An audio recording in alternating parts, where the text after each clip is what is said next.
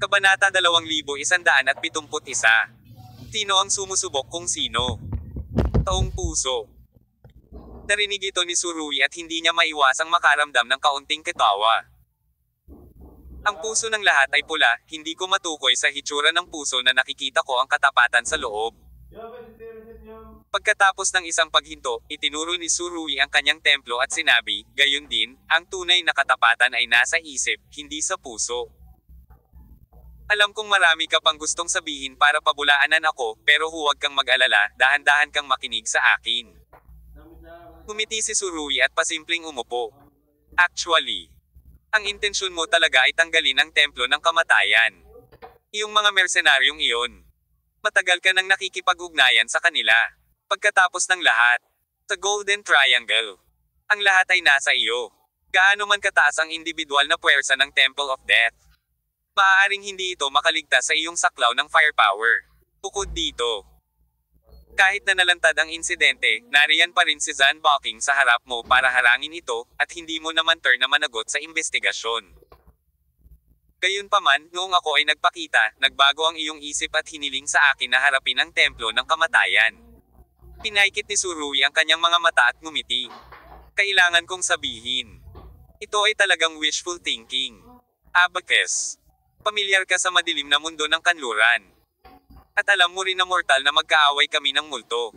Ang dalawang panig ay walang puwang para sa pagpapahinga, at tiyak na idiniin mo ang kayamanan sa akin. Noong oras na iyon, ang multo ay nagpadala na ng maraming tao upang salakayin ako. Ngunit nagkaroon ka ng lakas ng loob na pumasok sa aking silid sa oras na ito. Para dito lang, kailangan kitang bigyan ng thumbs up, thumbs up. Talagang nag-thumbs up si Surui at nanunuya. Ang mga artista ay matapang at naghahanap ng kayamanan at kayamanan na nasa panganib. Sabi ni Surui, bahagyang yumoko. Gusto kong itanong, ang tiwala ko ba ang nagbibigay sa iyo ng tiwala? Masyadong narcissistic. Nagluwa si Fan Haijo, pero hindi ibig sabihin na mabiro, pero puno ng pang-aalipusta. Ibinaling ni Surui ang ekspresyon ng kabilang partido sa kanyang mga mata. Ngunit alam niya na ang babaeng ito ay hindi makapaniwala kahit isang butas sa buong katawan niya, ni hindi mo alam kung alin sa kanyang mga salita ang mapagkakatiwalaan. Isang pagsimangot o isang ngiti ay maaaring magdala sa iyo sa isang kanal. Nasira ko ang templo ng kamatayan noong panahong iyon. Na naging mas determinado kang ang tiwala ko. Maaari mong pag-isipan itong mabuti, mula noon, nagsimula ka na bang magsalita tungkol sa tatlong salitang boto ng pangalan? Mapanuyam na sabi ni Surui.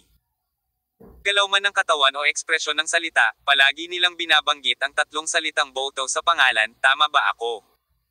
Pinalakas ni Surui ang kanyang tono. Napakatumpak ng mga kalkulasyon ni Fan Haijo. Alam niya kung anong uri ng tao si Surui, si Apollo. Ang Diyos ng araw, ay kilalang madaling mahulog sa katotohanan.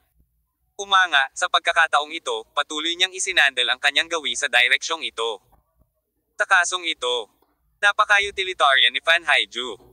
Ngunit ang ganitong uri ng utilitarianism ay napaka-direkta at direkta.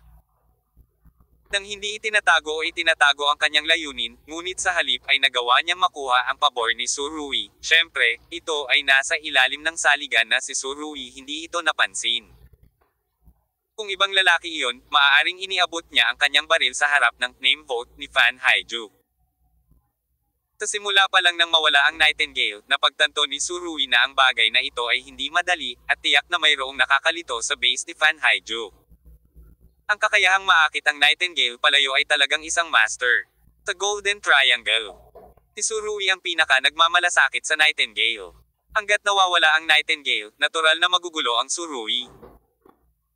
Sa makatuwid, nang malaman niyang hindi matagpuan ang Nightingale, napagtanto na ni Surui na ito ay isang laro laban sa Temple of the Sun. Alam ni Surui na gusto ng kaaway na makita siyang nanggugulo. Ngunit hindi niya ginawa. Ang Nightingale ay nawala, at walang silbi ang pagkabalisa. Kailangan niyang kumalma at pag-aralan ang buong sitwasyon. Susunod, nagpadala si Fan Haijo ng mga tao upang hanapin ang Nightingale, ngunit nakatagpo ng malaking bilang ng mga minahan sa paligid ng base.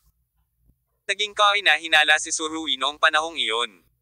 Nang sundan niya si Xiao Zhang sa base camp, napansin na ni Surui na maraming lihim na pag-ambush sa paligid. Malaking bahagi sa kanila ay mga elite na may mahusay na combat effect. At may mga kamera sa lahat ng dako. Kung tahimik mong hahawakan ang base camp ng Fan Haijo, magagawa mo lang ito sa mga first class na kasanayan.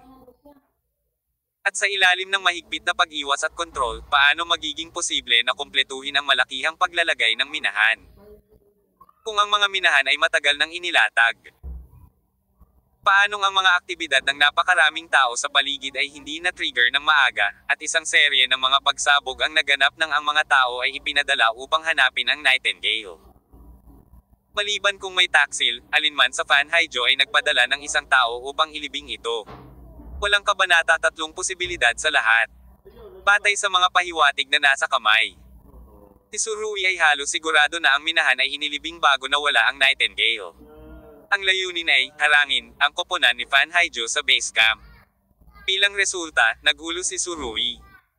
Ito ang pinakamakatwirang paliwanag. Mula sa puntong ito, makikita na si Fan Haijo ay talagang walang awa sa kanyang sariling mga tao. Upang maistorbo ang mood ni Surui, hindi siya nagatubili na pasabugan ang napakaraming nasasakupan niya. Tayang naman at gumamit siya ng sobrang lakas. Matapos ang mga tauhan ni Fan Haijo ay sapilitang pabolaikin ng mga landmine. Nais ni Surui na pumuntang mag-isa upang hanapin ang Nightingale, ngunit pinilit ni Fan Haijo na sumunod sa kabila ng pagharang ng kahoy na pagoda. Simula noon, pinalakas ni Surui ang kanyang pagbabantay kay Fan Haijo, at sinimula na rin ng magkabilang panig ang karagdagang pagsubok.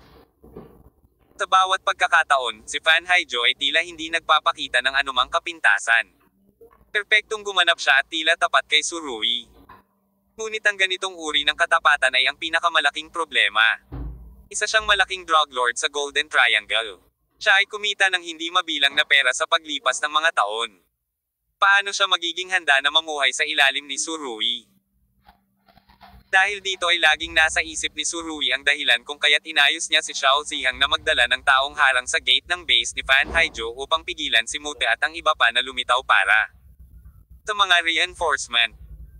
Gayunpaman, ang tanging bagay na hindi inaasahan ni Surui ay ang pagiging malupit ni Fan Haijo sa kanyang sarili. Sa totoo lang, noong inatake ng mga sniper na iyon si Surui, hindi nila alam na si Fan Haijo ang kanilang malaking moneymaker. Kung may kaunting pagkakamali, ang kagandahan nitong kabanata ng Golden Triangle ay nasa sniper rifle. Sa ilalim ng pag-atake ng bala, nabura ito. Upang ipakita ang kanyang katapatan, kay Surui, wala talaga siyang pakialam sa sarili niyang buhay. Ang aking base ay pinasabog ng kalaban. Paano ko ito ipapaliwanag? Malabo sa luha ang mga mata ni Fan Haijo, at ang kanyang mga mata ay namumula at namamaga dahil sa pag-iyak. Mukhang agrabyado talaga siya. I know what you're trying to say, walang gustong pasabugan ang base nila, pero iba iyon para sa iyo. Pinaikit ni Surui ang kanyang mga mata at ngumiti. Wala kang pakialam sa buhay ng napakaraming nasasakupan, ano ang silbi ng pagsira ng base? Bukod dito, marami pang base para sa Fan Haijo. Hindi nito kailangang mabalisa para sirain ang isang ito. Napakaraming gasolina ang sinindihan. Napakaraming pampasabog ang sumabog, kung hindi man noon pa man ay hindi maniniwala si Surui na ito ay nakaayos, ang ganoong kalaking dami ng trabaho ay hindi maaaring gawin pansamantala. Nakita ni Fan Haijo na ang base ay nawasak at umiyak tulad ng isang bulaklak ng peras na may ulan, halos sa sukdulan, sinumang lalaki siya ay magagalaw kapag nakita niya ito. Ang base ay nawasak ng mastermind behind the scenes, at wala siyang paraan. Ang boto ng pangalan na ito ay napakabigat na kailangang paniwalaan ito ng mga tao. Masyadong makatotohanan ang disenyo ng A-plot na iyon. Ang isang behind the scenes na itim na kamay ay pumipilit sa gilid ng walkie-talkie, isang Fan Haijo ang kumikilos sa tabi ni Surui, at kahit na sa sandaling iyon, si Surui ay medyo nanginginig. Sa oras na iyon, isinasaalang-alang din ni Surui kung may ibang tao sa likod ng mga eksena. Pagkatapos ng lahat, hindi kapani-pani walang makalkala ang mga puso ng mga tao sa ganoong sukat, at ang operasyon ng pagsira sa base ay talagang labis. Gayunpaman, nananatili pa rin ang pagbabantay ni Surui.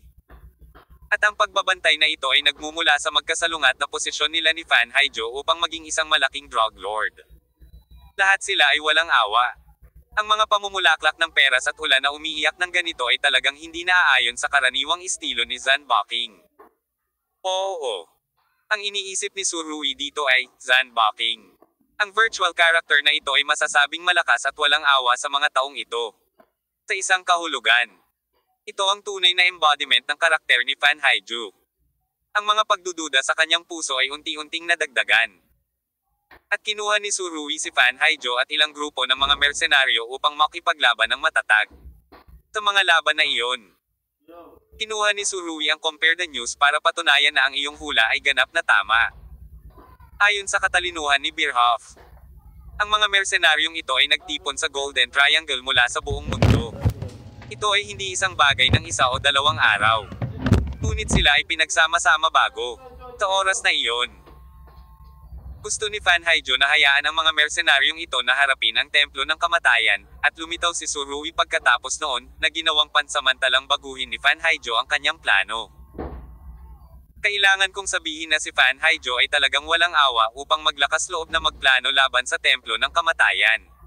Siyempre, hindi naman niya kailangang magharap ng personal. Dapat itong idinisenyo upang magtapon ng maruming tubig sa ilang haka-haka na tao sa likod ng mga eksena. Ngunit ang Templo ng Araw ay dumanas ng isang sakuna. Sa orihinal, ang mersenaryong grupo na gagamitin ni Fan Haiju para harapin ang Temple of Death ay nagsimulang kopkuban si Surui.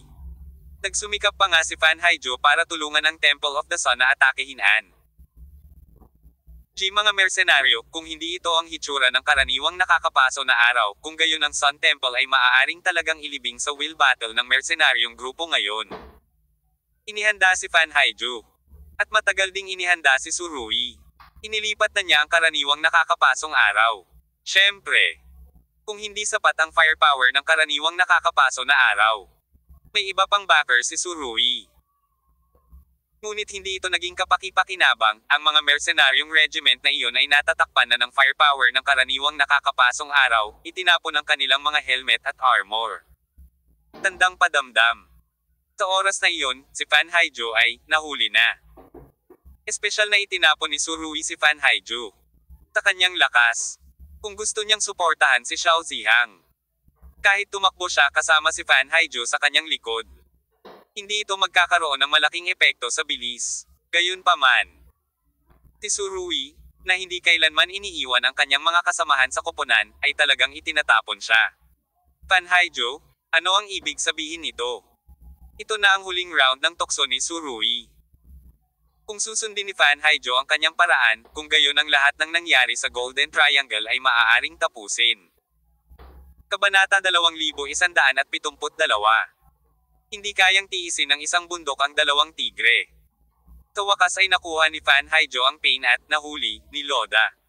Kasabay nito, ang henyong hacker na si Hawkang ay nagbigay din ng malaking sorpresa kay Surui. Tinuri ng super otaku na ito ang pinagmulan ng signal simulator. At tahimik na sinalakay ang sistema ng kabilang partido. Ginamit pa niya ang artificial intelligence na ginawa niya para dayain ang langit at tumawid sa dagat para dayain si Roda. Ginawa ni Luoda ang lahat ng mga bagay na ito, at walang kinalaman sa akin. Tumingin si Fan Haiju kay Surui at bahagyang nagtaas ng boses. Kung pipilitin mong ipilit ang lahat ng ito sa akin, wala akong masasabi. Si Surui ay dumiretso sa punto. Iniisip ng lahat na si Luoda ang gumawa ng lahat ng ito, ngunit sa katunayan hindi ito ang kaso, si Luoda ang pinakamahusay na paraan upang pagtakpan. Si Roda ay isang daya. Napaka-wild mo para sabihin yan. Napaka-ambisyosa ni Loda, susundin ba niya ang utos ko? Mamamatay ba siya para sa akin? Magalit. Imaginary. Tumawa si Surui. Mula nang dumating ako sa Golden Triangle, nakatagpo na ba ako ng hindi gaanong mapanlikhang mga bagay? Sa aking palagay, may tatlong lumulutang sa kalangitan ng buong Golden Triangle. Mga salita, imahinasyon. Matapos marinig ito, biglang naramdaman ni Nightingale na hindi niya mapigilan ang pagtawa. Oo.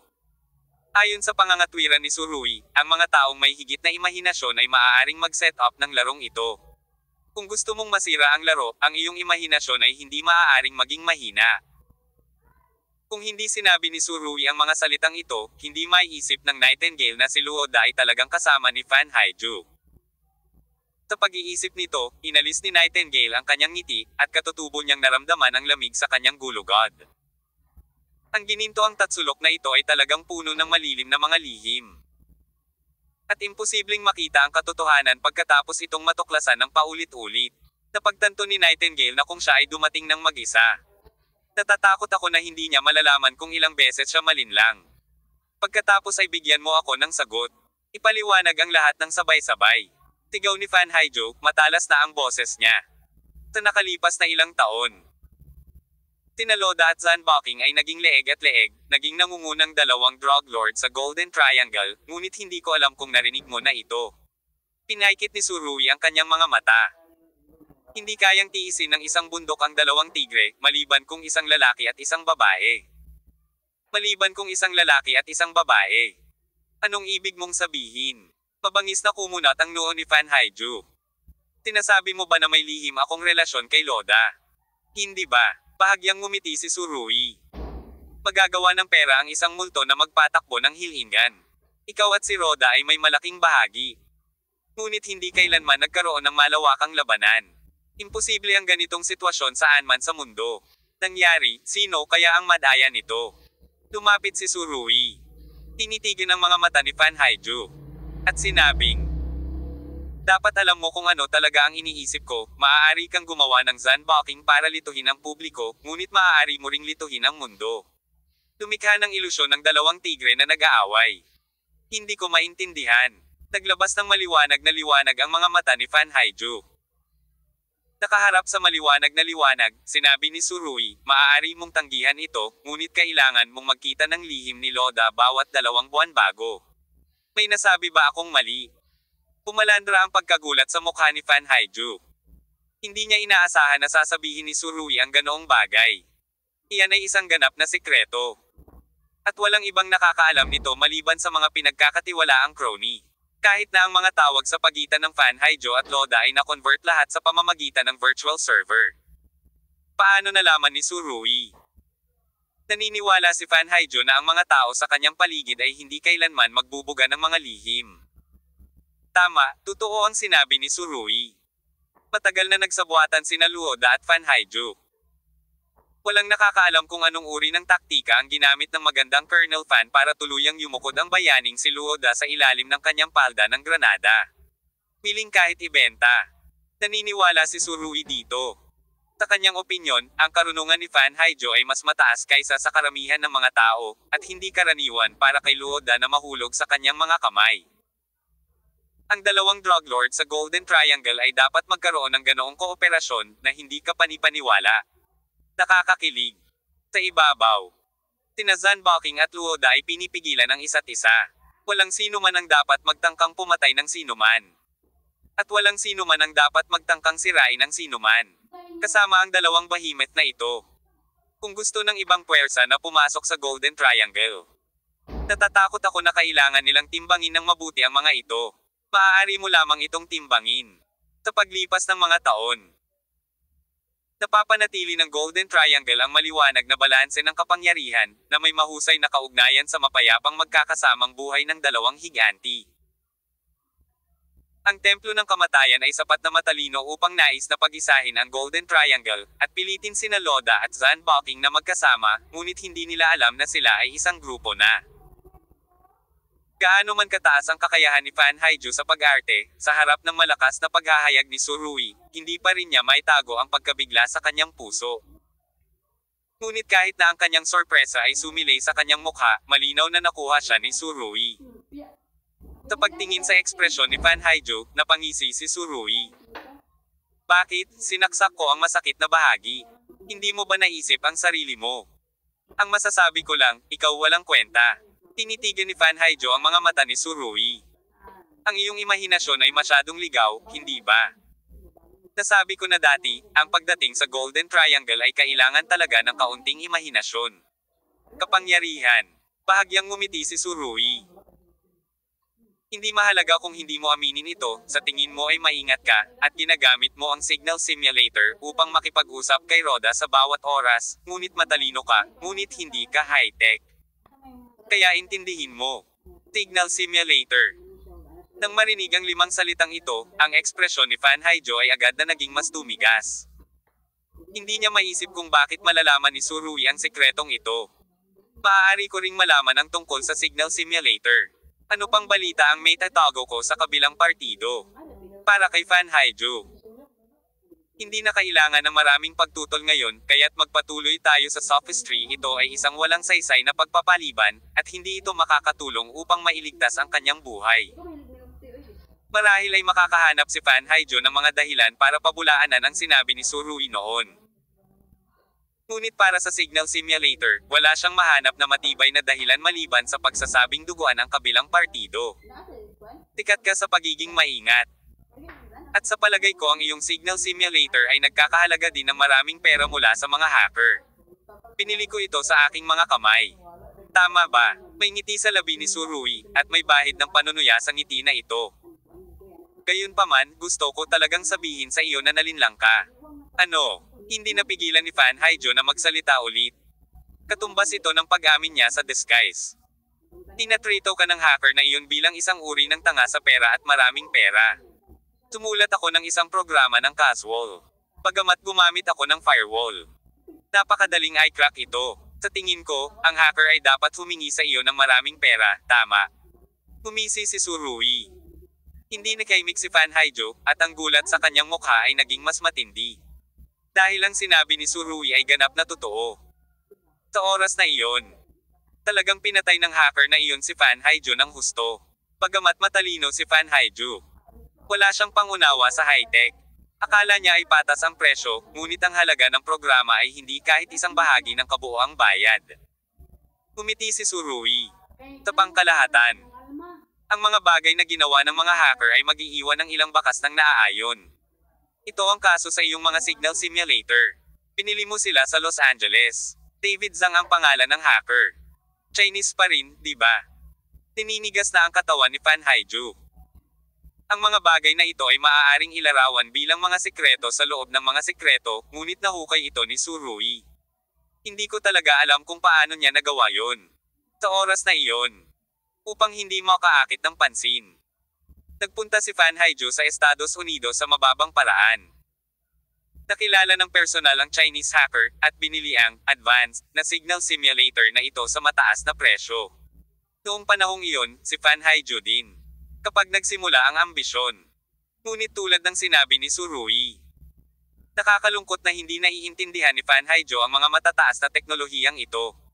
Naisip niya na ang Signal Simulator na ito ay napakalakas at madaling maitago ang kanyang numero upang hindi at tuklasan ng kaaway. Sa katunayan, ito talaga ang kaso. Ang program na isinulat ng Chinese hacker na ito na nagngangalang David Zhang ay maaaring makamit ang function ng isang analog signal source. Ngunit ito ay hindi masyadong mahirap i-crack ang ganitong uri ng bagay. Ngunit hindi alam ni Fan Haijo, at ginagamit niya ang bagay na ito mula noong ilang taon na ang nakakaraan. Okay lang na lokohin ang isang baguhan sa computer, pero para kay Hawkang, madali lang talaga makrak. Paano mo nalaman ang lahat ng ito? Tinitigan ni Fan Haijo si Surui nang walang anumang pag-iwas, ngunit ang kanyang ekspresyon ay tila medyo komplikado. Tumango si Surui. Na-intercept ko ang lahat ng tawag mo sa mga pinuno ng mga mercenaryong regiment. Harangin. Hindi talaga ito interception, ngunit na-crack ni Hawkang ang pinagmulan ng signal, ngunit ayaw ni Surui na ipaliwanag ng masyadong malinaw si Fan Haijo. Hindi na talaga kailangang pag-usapan ang babaeng ito. Malika, mula umpisa hanggang dulo kasama kita, kailan mo pa nakontak ang mga mercenary regiment na yan? Mukhang nakuha nito ang butas sa mga salita ni Surui, malamig na sabi ni Fan Haijo. Parang si Loda. Isang scapegoat na itinulak palabas. Hindi mo na kailangang personal na makasama iyong mga mercenaryong grupo. Kung direkta kang makikipag-ugnayan sa akin. Walang problema na maghanap ng taong gagawa ng ganitong uri ng bagay, at sa iyong pagiging maingat, natatakot ako na hindi ka mag-iiwan ng anumang mga pahiwatig. Dahil wala akong iniwan na bakas, paano ka nakakasigurado na ako ang nasa likod ng mga eksena? Sabi ni Fan Haijo. Talagang natawa siya. Gusto mo bang sabihin ko ng malinaw? Sabi ni Surui. Siyempre, kung hindi mo naiintindihan ang sinabi mo, mamamatay ako. Nakangising sabi ni Fan Haijo. Kaya lang medyo abnormal ang ngiti na ito. Signal source. Nakaharap sa ngiti ni Fan Haijo, pinaikit ni Surui ang kanyang mga mata, nasa iyong base ang pinagmulan ng signal. Biglang nagbago ang mukha ni Fan Haijo. Kabanata 2173. Hindi pagkakaunawaan. Ito na ang katapusan ng usapin, wala nang quibble. Ang Three Caves of Crafty Rabbit, Fan Haijo ay nagayos ng ilang base para sa Zanboking. Ito ang mga tinatawag na base camp na ginagamit upang itago ang mga mata at tenga ng mga tao. Ang babaeng ito ay masyadong maingat na gumastos ng napakaraming pera at magtayo ng napakaraming tirahan para sa isang karakter na hindi kailanman umiral. Hindi alam ng ibang tao na si Zanboking ay isang kathang-isip na tao. At sa napakaraming base camp na nagtatago sa mga mata at tenga ng publiko, natural na hindi mahuli ng iba ang tunay na katawan ni Fan Haijo. Gayunpaman, tulad ng sinabi ni Surui, itinuring ni Fan Haijo ang signal simulator na binili sa mataas na presyo bilang isang kayamanan. Naglaan ng isang malaking silid para dito, at kahit na personal na sinanay ang isang grupo ng mga half-baked technician upang gumana. Ang dahilan kung bakit tinawag na half-baked ang mga taong ito ay dahil alam lang nila ang operating system. Ngunit hindi alam kung paano mag-upgrade o magbago. Si Fan Haijo ay personal na nagpunta sa Estados Unidos upang matutunan kung paano gamitin ang signal simulator na ito. At pagkatapos ay bumalik sa kamay. Sa kanyang mga pinagkakatiwalaan, ang antas ng pagiging mahinhin ng babaeng ito ay sadyang mapangahas. Sa kasong ito, ang mga tinatawag na technician ay natural na hindi alam kung paano higit na mauunawaan ang sistemang ito, at ito ay isang papuri upang ilarawan ito sa dalawang salita. Madaling nakapasok si Hawkang sa sistema ng kabilang partido. At hindi ito napansin ng mga technician na iyon. Niloko sila. At hindi man lang nila namalayan na ang mga imaheng ibinalik ng drone machine aerial photography ay nagyelo. Akala ko ito ay isang malfunction ng makina. Siyempre, alam na alam ni Roda ang lahat ng ito, at ang ilan sa kanyang mga tawag ay ipinapadala din sa pamamagitan ng emulator na ito. Sa nakalipas na ilang taon, si Luoda at Fan Haijo ay nagkaroon ng maraming tawag. At ang nilalaman ng tawag ay error record ng simulator. Hindi nagtitiwala si Fan Haijo sa sinuman, kahit na siya ay may masunurin na si Roda, siya ay nanatiling mapagbantay. At ang mga pag-record ng tawag na ito, lahat na nakuha ni Hawkang, ay naging pinakamalakas na ebidensya. Kahit na gumawa ng ilang bibig si Fan Haijo sa buong katawan niya, huwag mong subukang ipaliwanag ng malinaw ang bagay na ito. Sa sandaling ito, ang malaking drug lord na ito sa kabanata ng Golden Triangle ay mayroon lamang isang paraan upang pumunta sa malaking control room na iyon. Maingat ding inayos ni Fan Haijo ang isang subordinate para makipag-usap sa labas ng mundo bilang si Zanboking. Dati, maraming tawag sa mercenaryong grupo ang nanggaling sa bibig ng lalaking ito. Sa madaling salita, ang taong ito ay dobleng boses din ni Zanboking. Mga virtual na character at voice stand-in, natatakot ako na kakaunti ang mga tao sa mundo na mas maingat kaysa kay Fan Haijo. Ito na ang katapusan, ano pa ang masasabi mo? Tumawa si Surui. Sa tingin ko, kahit mamamatay ako para maintindihan. Tinitigan ni Fan Haijo ang mga mata ni Surui. Bakit mo nalaman ito? Akala ko ito ay isang sikreto na hindi mabubunyag. Malinaw na narinig ni Fan Haijo na nang si Roda ay nasa telepono kasama si Colonel Romidona. Ang huli ay nanumpa din na malapit na nilang lipulin ang templo ng araw, ngunit si Surui ay lumitaw sa isang kisap mata. Sa harap nila, maaaring ang ulo ni Romidona ang nagtaksil sa kanila. Dahil, bagamat maraming mercenaryong grupo sa Golden Triangle, kakaunti ang nakakaalam kung sino ang tunay nilang kalaban. Malinaw ang ulo ng Romidona na ito, kaya malamang na ipagkanulo ng taong ito ang sex. Gayunpaman, hindi maisip ni Fan Haijo kung paano nakatakas si Surui mula sa pagkubkob ng napakaraming mercenaryong grupo. Sa totoo lang, sa mata ng lahat, si Surui at ang kanyang Sun Temple ay mamamatay lahat sa pagkubkob, at ito ang dahilan kung saan nakasalalay ang tiwala sa sarili ni Fan Haijo. Sa makatuwid, ang inisyatiba ni Fan Haijo na mahuli ng buhay ay talagang isang dobleng seguro. Kung namatay si Surui sa pagkubkob, Walang makakaalam ng katotohanan ng bagay na iyon. Maaaring mabawi ni Fan Haijo ang kanyang pagkakakilanlan at magpatuloy sa paglalaro ng magkasalungat na eksena kasama si Luoda sa Golden Triangle. Kahit na si Surui ay maaaring tumayo at pumatay dito, si Fan Haijo ay magiging mahina lamang na bihag sa paningin ni Surui, at papatayin ni Surui si Loda at pagkatapos ay ililigtas siya. Kahit sa ilalim ng sitwasyon ng panalo sa tiket, kahit na wala si Surui sa kanyang harapan, si Fan Haijo ay maaaring kumilos ng napakarealistiko, kahit na sa puntong masampal ni Loda. Nakita ito ni Nightingale nang walang pag-aalinlangan. Siya ang pinakamagandang saksi. Kung babalik si Surui na buhay, ang photo ni Nightingale ay makakapagligtas sa buhay ni Fan Haijo. Masyado talagang maingat ang babaeng ito, nakakatakot maingat. Nagulat na hakbang. Kung si Surui ay bumagsak sa Golden Triangle ngayon, walang duda na sa susunod na mga taon, si Fan Haijo ay may posibilidad na pamahalaan ang magulong lupain sa Golden Triangle, at walang sino man ang magnanais na makalusot dito. Walang airtight na pader sa mundong ito. Hindi mo alam kung bakit ka nag-leak ng mga sikreto, pero ang dapat mong malaman ay walang sikreto sa mundong ito. Pinaikit ni Surui ang kanyang mga mata. Alam mo Diyos kung ano ang ginawa niya. Hindi ako naniniwala sa tadhana. Tinitigan ni Fan Haijo si Surui. Gusto kong pakinggan ang mga pangunahing punto, huwag iwasan at baliwalain ang mga ito. Makatuwirang hindi siya kwalipikadong talakayin ang mga kondisyong ito kay Surui ngayon, ngunit nagpa siya si Surui na sabihin sa kanya ang totoo. Hakang, narinig mo ang tanong ko. Pa, sabi ni Surui sa communicator sa kanyang pulso. Lord, narinig ko po.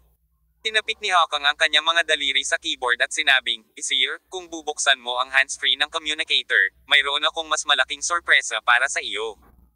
Sinusuhulan mo ako. Tumawa si Surui. Alam mo, gusto ko ang mga sorpresa, lalo na ang sunod-sunod na sorpresa. Tiningnan ni Fan Haijo ang ngiti ni Surui at hindi niya maiwasang makaramdam ng panginginig. Halika, nasa iyo ang sagot. Pinalakas ni Surui ang volume ng communicator sa maximum. Maging ang Nightingale ay humakbang pasulong ng mausisa, gustong marinig kung ano ang nangyayari. Hakang ang boses ay umalangaw-ngaw sa bulwagan. Sir, ang lahat ay kahanga-hanga.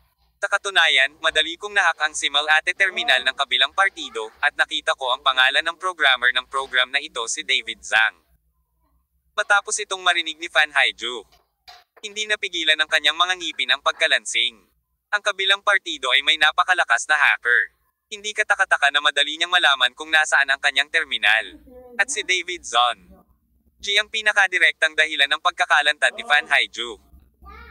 Kung maibabalik ang oras, kailangang bumalik si Fan Haijo sa Los Angeles at barilin ang malaking gangster na ito ng 10 o 8 beses. Gayunpaman, wala na siyang pagkakataong ito. Anong susunod? Tanong ulit ni Surui. Halika dito, mukhang may nahuli si Hakang. Magpakilala ka. Nakita ko na si Mr. Apollo, ang boses sa kabilang dulo ng tagapagbalita ay tila medyo nanginginig. Panginoon ko, susunod si David Zhang, na sumali sa pangkat ng teknolohiya ng Temple of the Sun noong nakaraang taon. Halos tumirik ang mga mata ni Surui. Anong internasyonal na biro na may ganoong pagkakataon sa mundo? Lumalabas na ang walang prinsipyong hacker na pumatay kay Fan Haijo ay aktwal na sumali sa Temple of the Sun nang hindi sinasadya at naging miyembro ng pangkat ni Hakang. Medyo hindi katanggap-tanggap din si Fan Haijo. Gusto akong patayin ng Diyos. Sabi ni Fan Haijo, tumaas ng octave ang boses niya dahil sa excitement niya. Paano siya makakasali sa grupo mo? Hindi inaasahang sinabi ni Surui. Walang pananagutan si Surui para sa partikular na pagpili ng talento. Si Hakang, isang henyong hacker, ang gagawa ng huling pagsusuri sa kanyang koponan. Nakipaglaro ako sa taong ito sa internet dati at halos matalo ako sa kanya. Sinabi ni Hakang, siya ay napakahusay. Napakagaling mo, ngunit malaki ang gastos sa mga customer. Napangiti si Surui ng sarkastikong. David Zhang, ayaw kong mangyari muli ito sa Sun Temple, at ang ating Sun Temple ay hindi umaasa sa teknolohiya lamang para pumili ng mga talento. Oo. Siyempre, siguradong hindi. Maganda ang pakikitungo sa akin ng mga matatanda, tapat ako sa templo ng araw ngayon. Mabilis na ipinahayag ni David Zhang ang kanyang katapatan. Okay. Wala akong kinalaman sa iyo dito. Makipagtulungan kang mabuti sa trabaho ni Hawkang, at may mas importanteng bagay na ipapasa sa iyo. Hindi ipinaliwanag ni Surui kung ano iyon, at mabilis na naputol ang tagapagbalita. Si Fan Haijo ay ganap na mahina, at ang masikip na uniforme ng camouflage ay basang-basa ng pawis. Ito ba ang sanhi at bunga? Pulong niya. Ang insidenteng ito ay tumagal ng ilang taon, ngunit ito ay puno ng napakalaking mga pagkakataon at hindi inaasahang pangyayari na ito ay sadyang hindi maintindihan. Laking gulat din ni Nightingale. Ang hacker na kumita ng malaking pera mula kay Fan Haijo ilang taon na ang nakalipas ay nasa ilalim na ngayon ng account ng Temple of the Sun. Oo naman. Ang lugar na ito sa Golden Triangle ay talagang nangangailangan ng malaking imahinasyon, hilera. Ano ang sanhi at ano ang epekto? Umiling si Surui. Kung gumawa ka ng labis na kawalang katarungan, papatayin mo ang iyong sarili, iyon lang. Paano mo ako pakakawalan? Nagngagat ang ngipin ni Fan Haijo. Ibibigay ko sa iyo ang lahat ng pera ko kapalit ng buhay ko, okay? Tumawa si Surui. Magkano ang pera mo? Marami, marami. Sinabi ni Fan Haijo, ang bilang na ito ay lalampas sa iyong imahinasyon. Pagkatapos ng isang paghinto, muling sinabi ni Fan Haijo. Hindi lang sa akin, kundi ang kaba ng Loda at lahat ng account ay nasa ilalim ko na ng kontrol. Kung ang pera ay nakolekta, maaari mo ba akong palayain? Naniniwala si Fan Haijo na walang sino man ang hindi interesado sa perang ito. Masyadong mainit ang iyong pera, hindi ako nang ahas na hilingin ito. Sabi ni Surui, unti-unting nawala ang ngiti sa kanyang mukha. Tapos hindi mo lang ako pakakawalan, di ba? May nagsusumamong tingin sa mga mata ni Fan Haijo, at mukha siyang nakakaawa.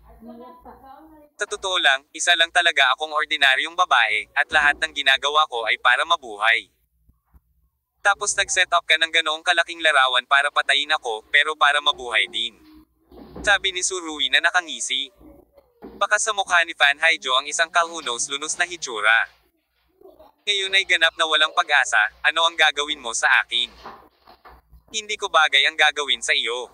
Pinaikit ni Surui ang kanyang mga mata. Ibibigay kita sa pamahalaan ng Huaxia. Hindi.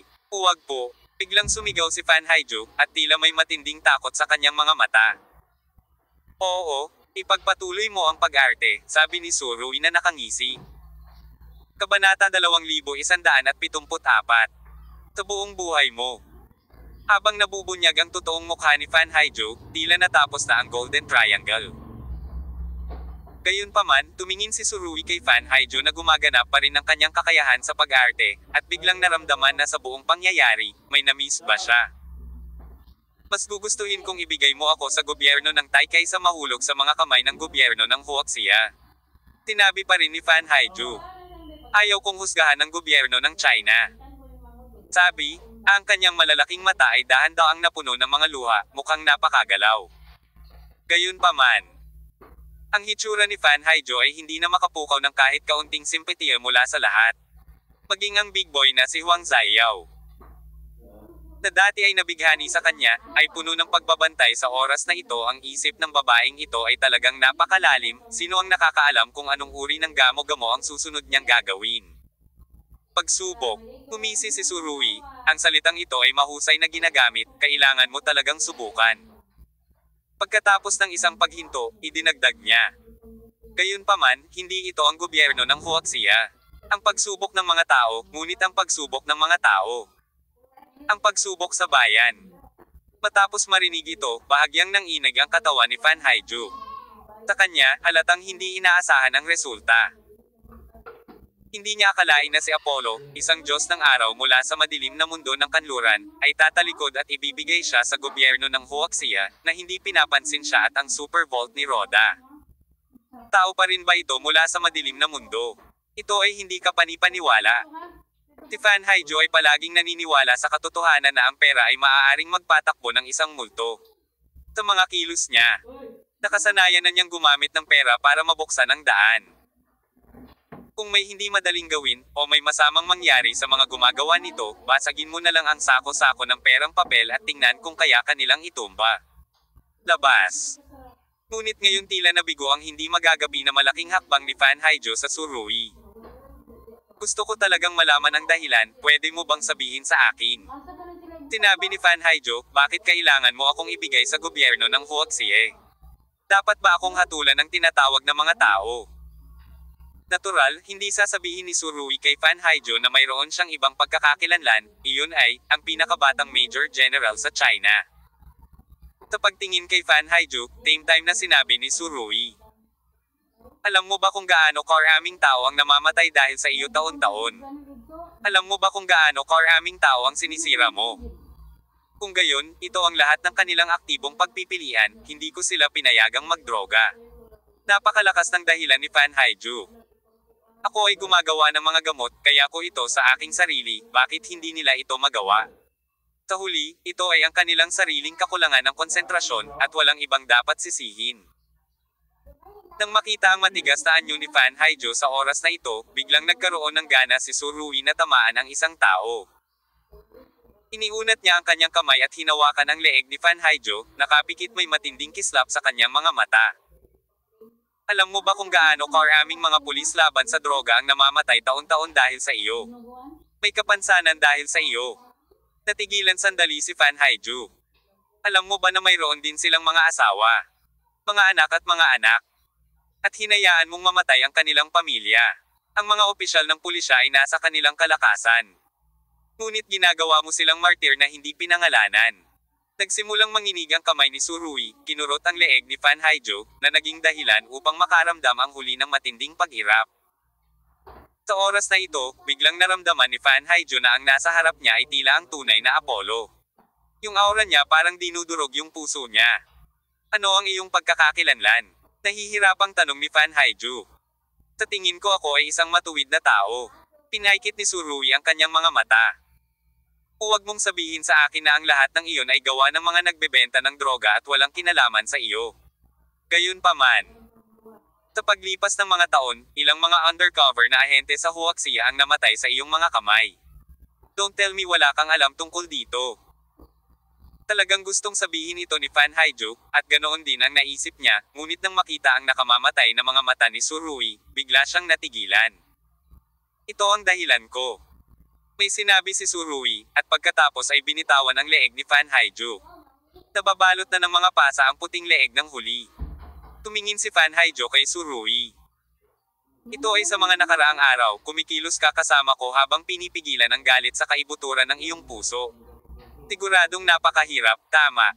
Mahirap talaga. Gusto kong pumatay ng tao, pero kailangan kong magpanggap na masigasig. Pinaikit ni Surui ang kanyang mga mata. Ayoko nang maulit ang ganitong bagay. Pagkatapos sabihin niyon, ikinaway ni Surui ang kanyang kamay at naglakad palabas. Gemini, ibalik ninyo ng personal si Fan Haijo sa China. Kung may nangyaring masama, tatanungin kita. Oo. Tina Xiaoziyang at Huang Ziyao ay nagsama-sama upang magbigay ng isang kabalyerong seremonya. Napagtanto nilang dalawa ang determinasyon ni Surui at alam nilang masama ang loob ng kanilang amo sa sa endeling ito, kaya hindi na sila tumawa. Hindi ganoon kadaling ibalik ang tusong babaeng ito sa China. Sandali, tigaw ulit ni Fan Haijo. Hindi tumigil si Surui. Sa tingin ko kapag hindi ka tumigil, magsisisi ka. Nagpatuloy si Fan Haijo. Wala siyang intensyon na magsisi, at nagsimulang pagbantaan si Surui. May iba pa bang pakulo ang babaeng ito na hindi niya nagamit? Ang sagot ay malinaw na oo. Kung may gusto kang sabihin, maaari mong sabihin ng direkta. Tumigil talaga si Surui. Isang masamang premonition ang bumangon sa kanyang puso. Palagi niyang nararamdaman na may mali noon, ngunit hindi niya maisip kung bakit. Mukhang malapit nang mabubunyag ang sagot. Dahil ayaw mo akong paalisin, baka mamatay tayo ng magkasama. Nakangiting sabi ni Fan Haijo. Magkasama. Nang marinig ito, biglang kuminang ang mga mata ni Surui. Ano ang ibig mong sabihin? Kahit sa oras na ito, hindi pa rin nawawala ang ngiti sa mukha ni Fan Haijo. Half a point. Apollo. Hindi mo kailangan ng maraming twists and turns para makausap ang isang matalinong tao. Walang kwenta ang pagmamakaawa ko sa'yo noon. Ngayon ay tila maaari ka ring lumipat ng mga tungkulin at hayaan ka nang magmakaawa sa akin. Sa tingin ko mas maganda. Hayaan si Surui na magmakaawa sa kanya. Hindi ko talaga alam kung gaano ka-confident si Fan Haijo na sabihin ito. Ang mga miyembro ng Temple of the Sun na naroroon ay lahat ay natigilan, at pagkatapos ay kinuha ang kanilang mga assault rifles at itinutok sila kay Fan Haijo. Napakasimple nito. Ngumiti si Fan Haijo at nagkibit balikat. Kung ayaw mong magtagumpay ako, baka hindi mo mabuhay ang iyong sarili. Matapos marinig ito, ang mga kilay ni Surui ay marahas na kumunot, at ang kanyang boses ay biglang tumaas ng isang octave. Sabihin, ano ang gusto mo? Hindi ka maaaring magkaroon ng anumang kabaitan sa isang tulad ni Fan Haijo. Alam ni Surui na ang kabilang partido ay masyadong tuso, at kahit nahilahin niya si Fan Haijo at barilin siya kaagad, maaaring hindi niya maiahon ang kanyang sarili sa panganib. Masasabing isa si Fan Haijo sa pinakamalakas na kalaban na nakaharap ni Surui. Bagamat may katamtamang lakas ang babaeng ito, siguradong top-notch ang kanyang utak. Ayaw mong mamatay, at ayaw kong mamatay, kaya't magkaroon tayo ng patas na pag-uusap. Iniunat ni Fan Haijo ang kanyang kamay. Alisin ang aking mga poses, sasabihin ko sa iyo ang sagot. Ang inisyatiba ng Sun Temple ay agad na nawala. Si Surui ay hindi natatakot sa kamatayan, ngunit hindi niya maiwasang maging responsable sa buhay ng napakaraming nasasakupan niya. At saka, talagang hindi sulit ang mamatay sa kamay ni Fan Haijo. Hindi mo pa ba na-resolve? Natatakot talaga akong magsisi ka. Nakangiting sabi ni Fan Haijo, mukhang confident. Hindi alam ni Surui kung saan nagmumula ang kanyang kumpiyansa. Baka nambobola lang si Fan Haijo, pero hindi pwedeng makipagsapalaran si Surui. Kaya, sinabi ni Surui kay Xiao Ziyang, alisin mo ito para sa kanya. Natakot din si Big Brother Xiao Ziyang sa mga panlilinlang ni Fan Haijo, kaya nag-alinlangan siya, ngunit pumunta pa sulong upang kalasin ito. Inaplos ni Fan Haijo ang kanyang pulang palso at ngumiti ng matamis. Ito ay panahon ng win-win cooperation. Gusto kong mabuhay at mamatay kasama ka. Ngunit imposibleng mabuhay ng magkasama ngayon. Kung gayon ang tanging pagpipilian ay ang mamatay ng magkasama, hindi ba? Nang sabihin niya ito, ang mga mata ni Fan Haijo ay nagpakita ng labis na pagmamahal ito na ang panahon, malaya pa rin siyang naglalaro gamit ang mahusay na kakayahan sa pag-arte. Nakaayos ka na ba ng iba pang backers dito? Malamig na tanong ni Surui. Nang sabihin niya ito, ang kanyang 6 na pandama ay na-activate sa pinakamatalas na antas, malapit na sinusubaybayan ang nakapaligid na paggalaw. Sa ibaba, iniunat ni Fan Haijo ang kanyang kamay at itinuro ang ilalim ng paa ni Surui. Sa ibaba nito, nagbaon ako ng maraming pampasabog. She was saying this sa pagkakataong iyon, sumili ang isang matingkad na ngiti sa kanyang mukha. Halos sumabog ang buhok ni Surui, at sa sandaling ito, naramdaman pa niya ang panginginig ng kanyang anit. Masyadong tuso ang babaeng ito, sunod-sunod na kilos ang pinakawalan, na nagpapahirap sa kanya ng tuluyang pigilan. Naisip ni Surui na kung siya ay nakaposes, ang Golden Triangle ay tapos na, ngunit ngayon. Mukhang hindi pa tapos. Siguradong inaasahan na ni Fan Haijo ang araw na ito, kaya gumawa siya ng plano ng maaga. Ang pagiging maalalahanin ng babaeng ito ay sadyang mapangahas. Naaalala mo ba na ang base ko ay pinasabog kanina?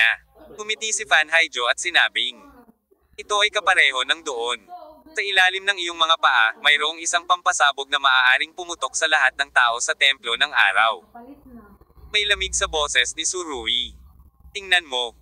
Ilang Sun Temple Elite ang mabilis na naubos. Sa loob ng 2 minuto, tumakbo si Holman na pawis na pawis. Ang mga pampasabog ay nabaon ng napakalalim, ngunit natagpuan namin ang detonator. Ang dahilan kung bakit ko inilibing ang layunin ay upang maiwasan ang hindi sinasadyang pagsabog sa panahon ng digmaan. Ngunit ang lalim ng mga pampasabog ay hindi magkakaroon ng malaking epekto sa huling kapangyarihan nito. Lalong lumawak ang ngiti ni Fan Haijo at sinabi niya, mamamatay ako. Imposibleng umalis ka ng buhay, ganito kasimple ang bagay na ito. Oo, ito ay talagang madali. Gayunpaman, napakahirap ay crack ito. Ngayon ang inisyatiba ay nasa kamay ni Fan Haijo, dahil lamang sa makatrabaho niya si Surui itong ay namatay, ngunit hindi ito nagawa ng huli. Kumiti si Fan Haijo at inilibot ang paningin sa buong silid. Nag-iisa ako, at malaking tubo ang palitan ng lahat ng mga elite ng Sun Temple. Chapter 2175. Tumpak na babae. Nahuli na si Fan Haijo, pero nakakasakit talaga ng ulo ang makaisip ng ganyang talo-talo na estilo ng paglalaro laban sa ganyang kalaban. Huminga ng malalim si Tsurui, pagkatapos ay nagsabi, "Gusto mong mabawi ang iyong kalayaan, at ngayon ay nakamit mo na ito." Tiningnan ni Fan Haijo ang mga posas na itinapon sa lupa. "Hindi yun magagawa, hindi pa rin matitiyak ang kaligtasan ko. Ngayon sabi mo bitawan mo ako, tumalikod ka at hulihin mo ulit ako, sinong kakausapin ko?" Pagkatapos ng isang paghinto, tumingin si Fan Haijo kay Tsurui na may ngiti. "Bukod dito, mas gugustuhin kong maniwala na may mga multo sa mundong ito kaysa maniwala sa bastos na bibig ng isang lalaki. Mayroon akong malalim na pag-unawa tungkol dito. You can be more specific. I don't want to die with you." Dito, sigurado na. Mahina ang boses ni Tsurui. "Nagpapakita ka sa akin ng kahinaan, at pagkatapos ay sinusubukan mo akong paralisahin, tama ba?" Nakangiting sabi ni Fan Haijo. "Huwag mo akong isipin na patumbahin ako, kung mamatay ako, may bobomba ka rin sa langit, mas mabuting paniwalaan mo ang sinasabi ko." Naniniwala ako. Ang mga mata ni Tsurui ay naglabas ng malamig na liwanag. "Kung gusto mong umalis, umalis ka, huwag magsalita ng walang kaparerekon, dadalhin kita ng personal." Talagang ayaw niyang makitungo sa sobrang tusong babaeng ito. Ngunit hindi rin siya pakakawalan ni Tsurui. Kung si Fan Haijo ay wala sa kontrol ni Tsurui, nangangahulugan ito ng 4 na salita, hayaang bumalik ang tigre sa bundok. At hayaan ng isang babae na maaaring mamuno sa Golden Triangle ng tahimik sa loob ng maraming taon na bumalik sa kalayaan. Pagkatapos ay sa ilalim ng patnubay ng puot, anong uri ng mga nakatutuwang bagay ang gagawin niya? Tsurui hindi manggaas, imagination can't let things go to this direction. Naniniwala si Tsurui na ang nagpapasabog na aparato ng paputok na ito ay ang pinaka-primitive na trigger ng signal. At maaaring maunawaan ni Hawkang ang maraming mga programa, ngunit hindi siya konektado sa ganitong uri ng bagay. Walang magawa. Hindi alam ni Tsurui kung nasaan ang taong nagpasabog ng mga remote control na pampasabog. O kung anong uri ng mga kondisyon ng pagpapasabog ang inayos ni Fan Haijo para sa kanya ng maaga. Ngunit ngayon ay tila sa estado ni Fan Haijo, sa anumang oras Tsurui maaaring mamatay kasama nila, at talagang hindi na maantala si Tsurui. "Tara na," nakangiting sabi ni Fan Haijo. "Siyempre, tinutupad ko rin ang hiling mo, pwede kang manatili sa tabi ko, pero ikaw lang." Hindi talaga magandang pakiramdam ang mawala ng inisyatiba. Pinaikit ni Tsurui ang kanyang mga mata. Ang hiling ni Fan Haijo ay hayaan si Tsurui na paalisan siya ng mag-isa, ang kondisyong ito ay hindi sapat na puntos, at ito ang eksaktong sagot na gusto ni Tsurui. Kung I-escort ni Gemini si Tsurui, nag-aalala si Tsurui na gagamitin ni Fan Haijo ang kanyang utak para linlanggan si Gemini sa kalituhan. "Pangako ko, gawin mo lang," sabi ni Tsurui sa malalim na boses. "Sasama ako sa iyo." Tumayo si Nightingale. "Hindi. Magdadagdag ka ng mga hindi kinakailangang panganib kung pupunta ka." Alam ni Tsurui kung ano ang iniisip ng Nightingale. At sinabi niya, "Hindi pa tapos ang bagay na ito, manatili ka sa templo ng araw upang matiyak ang kaligtasan." Medyo ayaw ng Nightingale, at binigyan ng malamig na tingin si Fan Haijo. "Sister Nightingale, kailangan mong magpasalamat sa akin," biglang sinabi ni Fan Haijo. "Mula nang pumasok ka sa aking base, mayroon akong 100 paraan para mamatay ka, ngunit hindi ko ito ginawa, ngunit ang aking kabaitan ay napalitan ng iyong malamig na mga mata sa akin, na nagpapalungkot at nalulungkot sa akin." Panipi. Bagamat sinabi ito ni Fan Haijo sa kanyang mga labi, walang bakas ng kalungkutan sa kanyang mukha. Kahit na may malaking ngiti. Ang mga salitang sinabi niya ay nagpanginig sa panginginig ng Nightingale. "Grabe talaga tong babaeng ta." "Mali," malamig na sabi ni Tsurui. "Saan ako nagkamali?" May ngiti pa rin si Fan Haijo sa kanyang mukha, ngunit ang ngiting ito ay hindi man lang mainit, sa halip ay puno ito ng lamig at pagsasabwatan. "Kung papatayin mo ang Nightingale, lubos mo akong magagalit." Pinaikit ni Tsurui ang kanyang mga mata. "Maaaring hindi mo naisip kung ano ang kalagayan ko noong panahong iyon." Narinig ni Fan Haijo ang mga salita, tumigil ang ngiti sa kanyang mukha. At ang Nightingale ay binigyan ng matalim na tingin si Tsurui, ang kanyang malinaw na mga mata na may kaunting komplikado. "Let's go?" I will drive you personally. Tell me your destination, sabi ni Surui. Siyempre maaari mo, ngunit kailangan mong alisin ang bagay na ito sa iyong palso. Itinuro ni Fan Haijo ang bracelet ni Surui. Ang bracelet na ito ay nilagyan ng communication device at positioning device. Kahit saan man magpunta si Surui. Hanggat nasa lupa pa siya, maaari siyang makipag-ugnayan sa mga miyembro ng Temple of the Sun.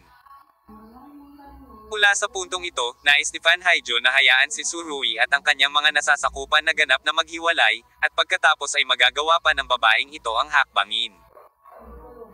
Lahat ng miyembro ng Sun Temple ay ayaw pumayag si Surui sa kahilingan ni Fan Haijo, ngunit kinailangan itong gawin ni Surui. Sa ilalim ng kanilang mga paa, may mga toneladang pampasabog, at posible rin na may malalaking lugar na mga pampasabog na nakabaon sa base na ito. Si Surui ay hindi nang ahas na sumugal. Maaari niyang gamitin ang kanyang matinding bilis at umalis ng mag-isa, ngunit ang kanyang mga tauhan ay maaaring mabomba lahat sa kalangitan. Sa pag-iisip nito, tinanggal niya ang pulse heiress at ibinigay ito kay Nightingale. Isuot mo ito. Nang marinig ito ng Nightingale, bahagyang niyang kinagat ang kanyang labi, at saka isinuot. Sa bracelet. Kung ikaw ay nasa madilim na mundo ng kanluran, tiyak na isa ka sa mga bayani. Sabi ni Surui sa malalim na boses. Ito ang pinakatotoong iniisip sa puso niya. Ngunit ang mukha ni Fan Haijo ay nagpakita ng mapanuksong panunuya. Masyadong magulo ang iyong madilim na mundo, gusto ko pa ring manatili sa gininto ang tatsulok at kumita ng pera sa ginhawa. At saka, sino sa inyo ang mas maraming pera kaysa sa akin? Tumigil si Surui sa pakikipag-usap kay Fan Haijo, ngunit lumingon sa kanyang mga kalaban at sinabing, pagkaalis ko rito, agad kayong maghiwa-hiwalay at layuan ang base na ito. Tinuro ng Fan Haijo ang pagtango. Iyan ang paraan para maging mabuti. Tara na, pinaikit ni Surui ang kanyang mga mata. Sa pagtingin kay Fan Haijo na puno ng kumpiyansa, biglang naisip ni Surui ang note na minsang lumitaw sa kanyang palad. Little Virgin, sana sa susunod na makita kita, makapagpaalam ka na sa pagiging virgin. Naglakad si Fan Haijo kay Huang Zaiao, iniunat ang kanyang kamay, at tinapik ang dibdib ng kausap. Huang Zaiao ay napaatras ng isang hakbang. Kahit na siya ay tinukso ng napakahusay na maharlikang kapatid na ito noon, wala siyang ideya ngayon tungkol dito. 2 beses tumawa si Fan Haijo, pagkatapos ay hinawakan ang braso ni Surui at walang pigil na naglakad palabas.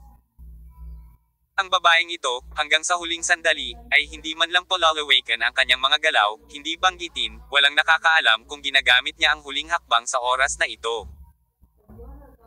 Kung titingnan ang kanyang nakaka-relax na hitsura sa oras na ito, paano pa rin siya nakakaawa?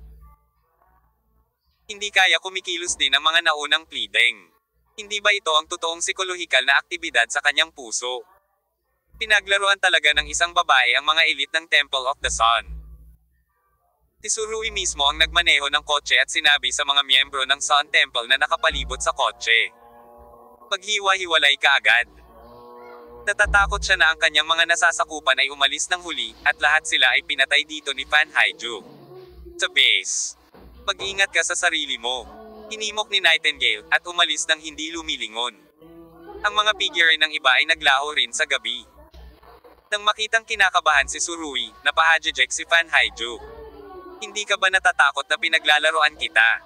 Nakangiting sabi ni Fan Haijo. Profesional lahat ng staff ko. Nahanap nila ang detonating device, kaya dapat may mga pampasabog. Sinabi ni Surui sa malalim na boses, hindi ko kayang magsugal, lalo pat matalo. You have such a charismatic personality, no wonder na willing iyong mga tao na sundan ka. Nakangiting sabi ni Fan Haijo. Bigla akong nagkaroon ng matapang na ideya. Anong mga iniisip? Si Surui ay nakapikit sa kanya. Napakasimple lang, kung magsanib puwersa tayo, hindi magagapi ang madilim na mundo ng kanluran. Nakangiting sabi ni Fan Haijo. Baka nalaman mo, sapat pa ang IQ ko, napakalakas ng force value mo, magsanib puwersa tayo, sino ang makakapigil sa madilim na mundo?